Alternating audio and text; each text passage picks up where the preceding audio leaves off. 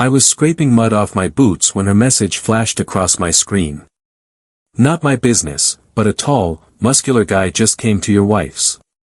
The words cut deeper than they had any right to. I stared at them, the silence of the motel room pressing against my chest. I'd been out of town for 3 hours, just enough time for the rot inside my home to crawl out into the daylight. I typed back, "I'm out of town. Can you help?" Her response came instantly. "You?" "Of course I can." That was the moment everything shifted, when suspicion turned into certainty and certainty hardened into purpose. My wife, Leela, had once been the safest place in the world. Soft voice, shy smile, the kind of woman who held your hand even when no one was watching. We'd survived lean years, cheap apartments, and nights when the only thing in our fridge was a half-empty bottle of mustard. I thought that struggle had welded us together.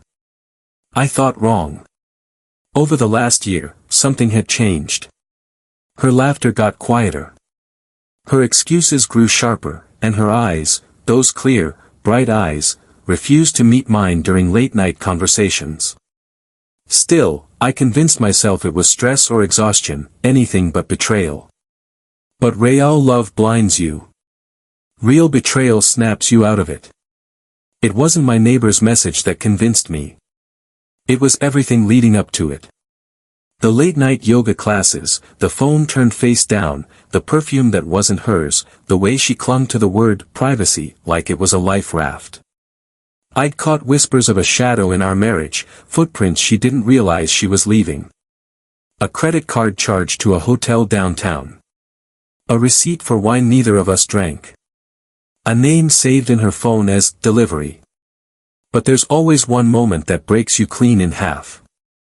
For me, it was the night I walked in early from work and saw her startled expression, guilt flickering across her face like a candle in the wind. Not shock, not joy, guilt. Even then, I said nothing. Silence is sharper than any accusation. The next morning, I drove out of town for a conference. I didn't go for business. I went to give her space to reveal herself. She did. I didn't fall apart. I didn't explode. Instead, I planned. Before leaving, I'd set every camera in the house to back up to cloud storage she didn't know existed. I updated passwords, reviewed bank accounts, and quietly visited a lawyer 2 days prior. Not to accuse her, to prepare. The attorney had smiled sympathetically when I outlined my suspicions. "Gather everything," she'd said. "Truth is your greatest weapon." So I did. I added our neighbor, Julia, sharp-minded, beautiful, and observant, to my circle of quiet allies. She saw things, heard things, and when she texted me that message, I knew she'd been right to trust her instincts. I asked for her help, not to intervene, to confirm. She didn't hesitate. Julia kept her phone in her pocket, recording audio as she crossed the street. Her light knock, her bright voice, perfectly casual. I listened in real time through the cloud feed. Leela's door opened. A man's laugh, deep and confident, spilled out behind her. My heart didn't race. It slowed, steadied. Julia sweetly asked if everything was all right. Leela stumbled through half-formed lies. The man chimed in, too comfortable, too familiar. Julia got the proof I needed in under 2 minutes. I saved the recording, then the camera footage, then the phone logs. Piece by piece, my case assembled itself like a puzzle I'd already solved. By the time I drove back into town the next afternoon, the revenge wasn't rage-fueled. It was engineered. I walked into our home like a ghost returning to the crime scene.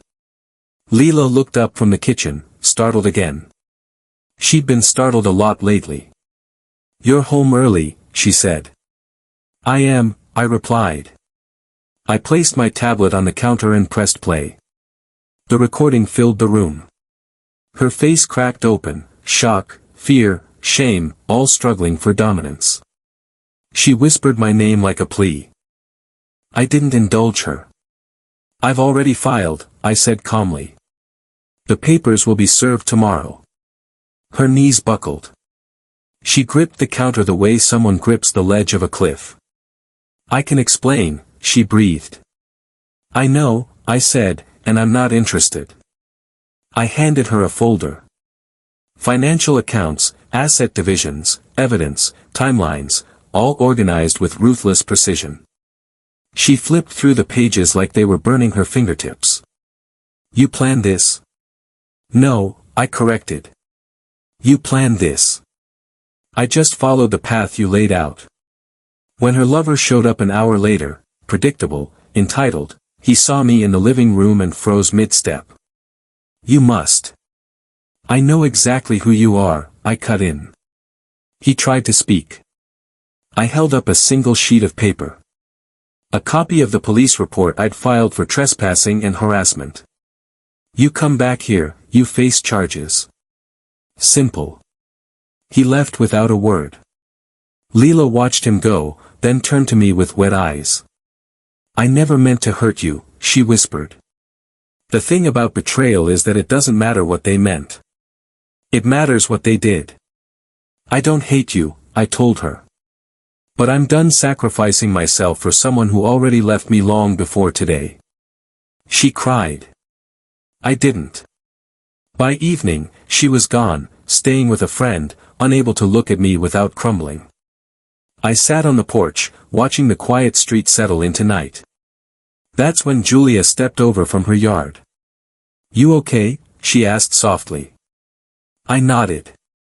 Better than I thought. She studied me, her eyes warm but sharp.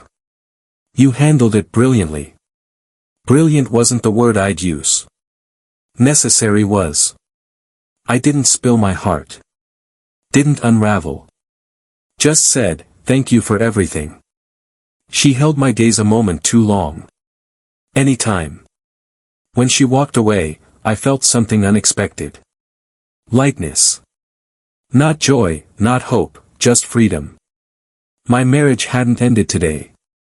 It had ended months ago. Today was simply the day I walked out of its ruins with my spine intact. And as I closed the door behind me, I realized something I hadn't been able to admit until now. I didn't lose anything. I reclaimed myself.